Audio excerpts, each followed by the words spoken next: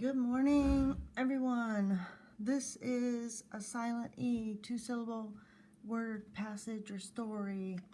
In this story, we're going to find either, people call it by 3 different names, either silent, bossy, or magic E. Remember, the rule for that one is I'll be quiet if you say your name. An example might be the E to the A. The only thing is it can only cross or go over one consonant.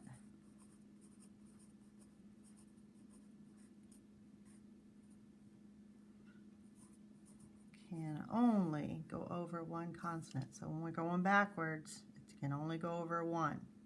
All right? The name of our story today is going to be Blazing Sun. The very first thing that we're going to do is we are going to work on the words that go with blazing sun. Okay, so what my hopes for you would be is that you would have a sheet of paper and a pencil maybe, and try to write these words down with me and try to split them, or actually verbally go along with the video and try to answer my questions as we're going along. All right, here we go. All right, our first word is A, B, L, A, Z. Oh, yep, you're right. Z, E. The very first thing I want to do is I want to look for all my vowels. That Z looks funky. Got this A, and this A, and this E. Well, we have 3 vowels, and remember our rule for syllables is every syllable must have a vowel or a vowel team / combination. All right, this one right here, we see the E to the A, so that's going to make the A say its long vowel sound, okay? So this is only going to be a 2-syllable word, but now I have to figure out where to split it at. I have a blend right here. It's vowel, consonant, consonant, vowel. Typically, I would want to split it right here, but if I did, it would be blaze. Well, that's not what this word is. This word is actually going to be a blaze. And the A at the beginning of words, I spelled that wrong.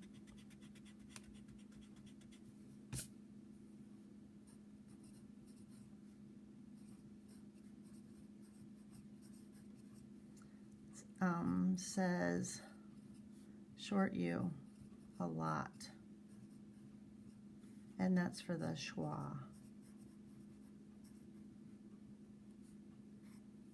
Okay, all right, the next word is B, A, T, H, R, O, B, E, S.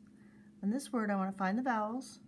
Got an A. Oh, there's a digraph right here. Can't split it there. Then I got another O and an E. So I'm going to say this E to the O.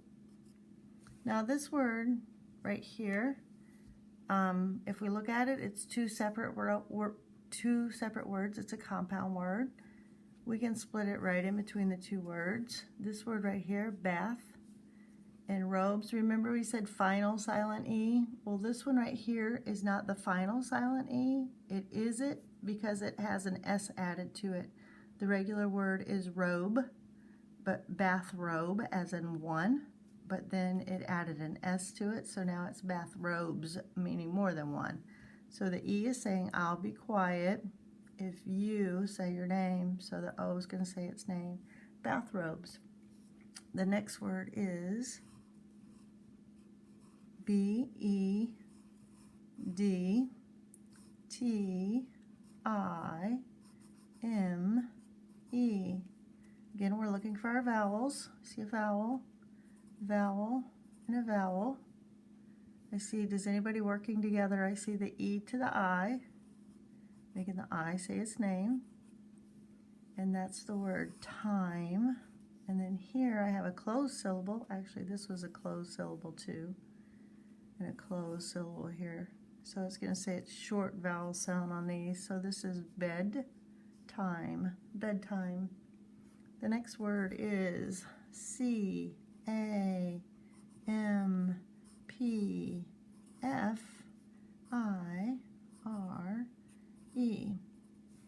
If I look at this word right here, I have a vowel here, a vowel, and an E. I see those two working together there.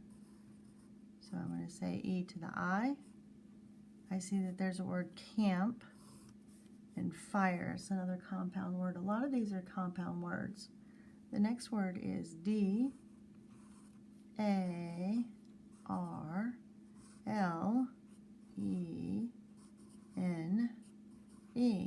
Now I know something automatically about this word because I capitalized it. Anytime I capitalize a regular word or word, that means that it has to be either the name or the very first word in a sentence, okay? Since this is a word all by itself, we know it has to be a proper noun or name. So that's why this D is capitalized.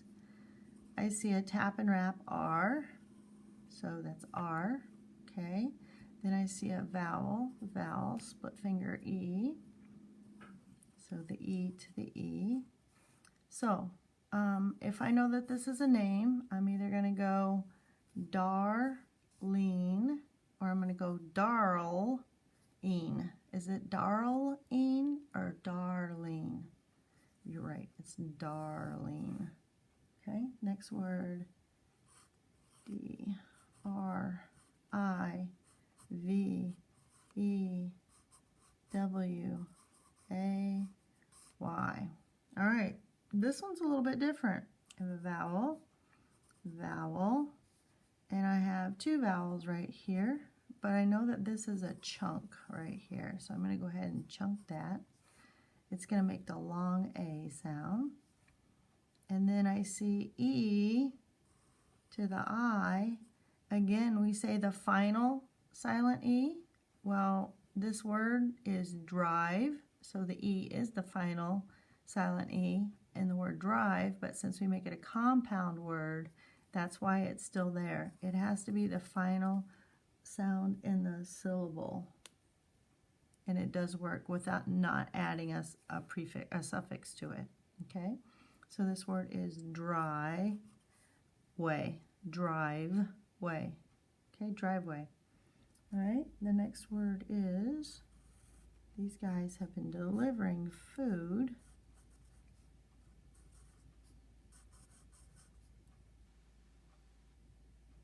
Make sure I choose the right one. Okay, dot the vowels. Oh, I see a split finger E. So I'm going to say these two go together. And this one is going to be short. This one's long, and we don't hear this one at all. So now, compound word, firemen. Firemen. Okay, then we're going to go up here, and we have F-I-R-E-P-L-A-C-E.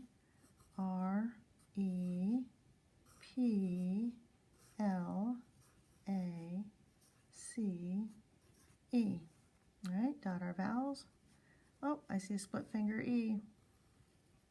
E to the I makes the I say its name. And then I see a chunk, and then I see another vowel. And guess what else I see? I see a C-E, which is going to make what sound? S. So if I look at this word, I have fire, pull a S place, fireplace. The next word is H-O-M-A-D-E.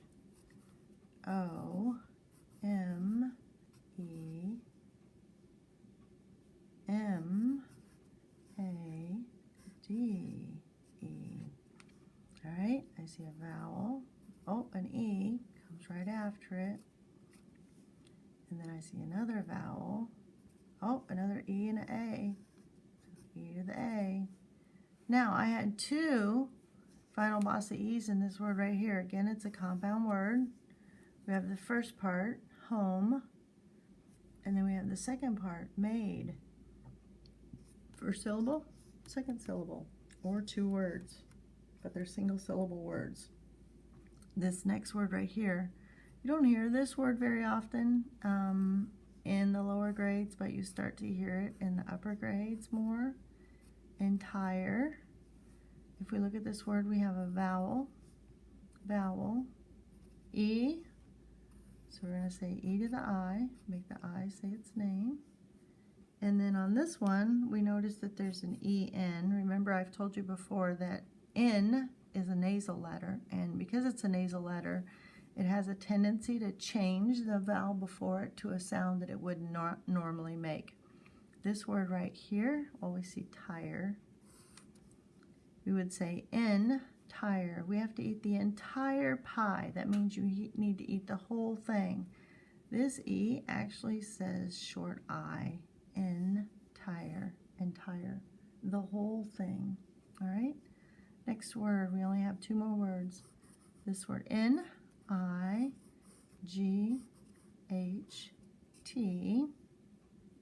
T, oh, I see double T, that means I'm going to split it. I-M-E. Now, I see a chunk right here. And I know that's a vowel chunk, and it's going to say long I. Then I see another vowel and a vowel, split finger E. The E to the I makes the I say its name. So this word is night, night, time. Last word, friends, and then we'll go to the story. S-U-N-R-I-S-E.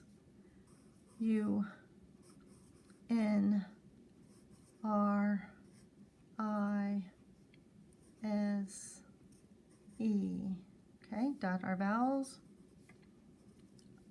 I see an E, split finger E. I'm going to go back. E to the I, make the I say its name. And I see it's a compound word again. We have sun, rise, sunrise. All right, friends, nice job. Remember, our vowels are A, E, I, O, U, and Y when it's not at the beginning of a syllable. All right, here we go for our story, everybody. Blazing sun.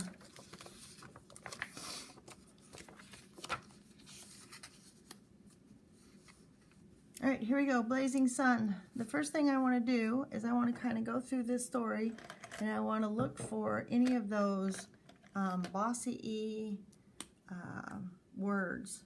Well, the very first word is a word that they didn't have us do, and that word is blazing. B-L-A-Z-I-N-G.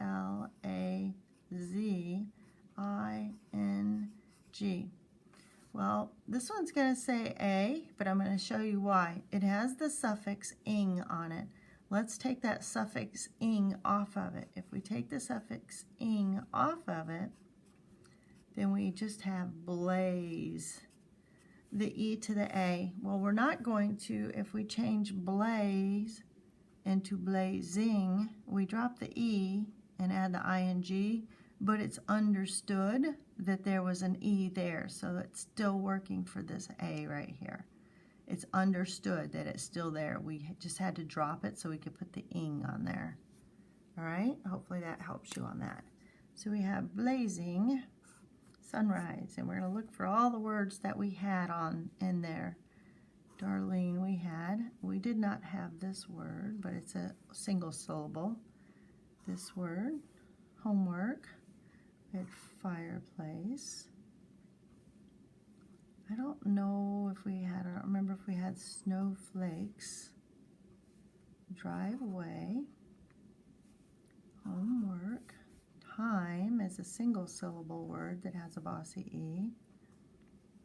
Darlene, bathrobes, bedtime, Fred, will pretend. The fire is a one syllable word.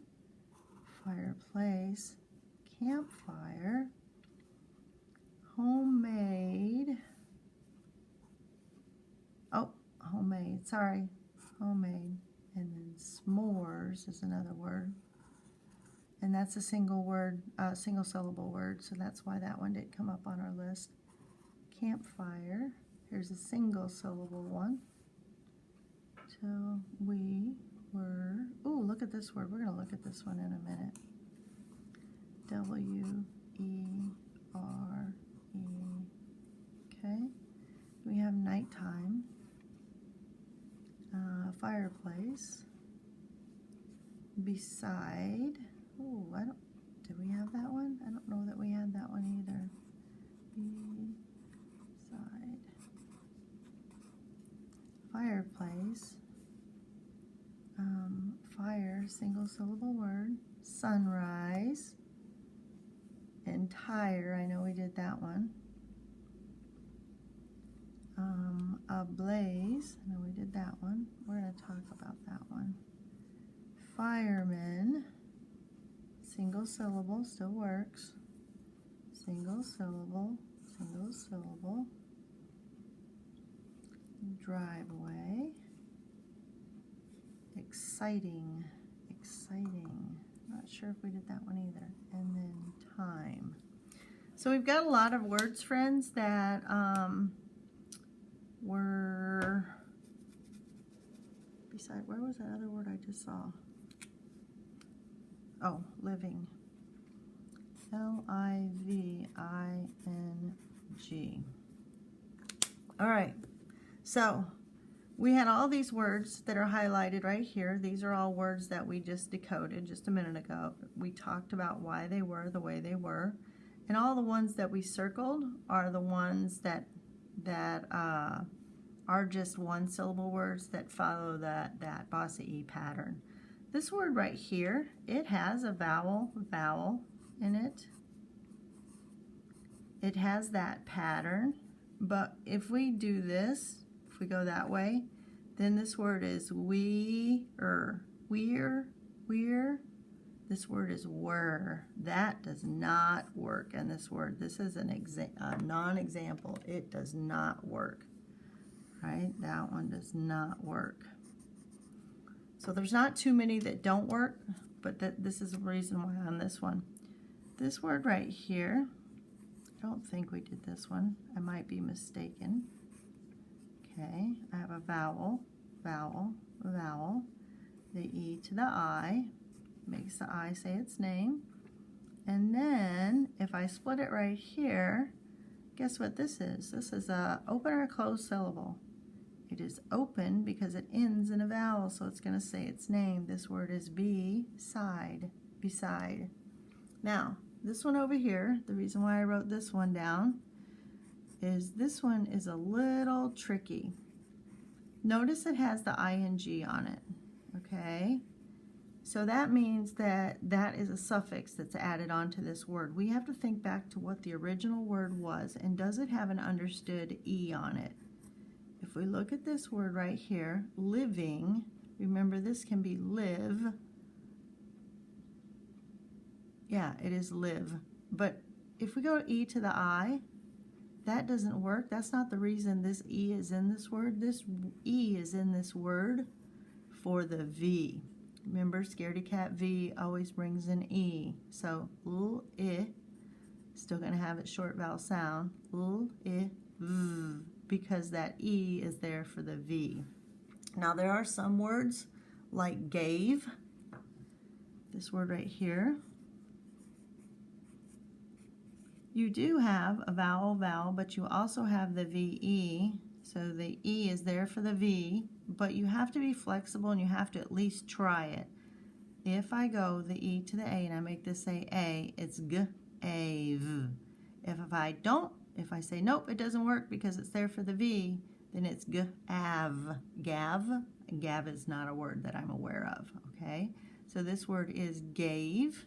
This word is either live or it's live. Well, we don't say live, we say alive. Then it would work, okay, if we have the A on it. But this one, it does not work with that one. All right, here we go, friends. We're going to start reading this passage, blazing sun, blazing sun. My goal for you is to remember, either take a picture of you doing this or send me an email to let me know how you did it, or take a picture of you writing the words down for this story. Here we go. Last night, while Stephen and Darlene were doing homework, Dad started a fire in the fireplace. It had been snowing all day. The snowflakes covered the driveway. When homework time was over, Dad said, "Stephen and Darlene, put on your bathrobes. It is bedtime. When you're dressed for bed, we'll pretend the fire in the fireplace is a campfire. We cooked homemade s'mores over the pretend campfire and ate them until we were stuffed.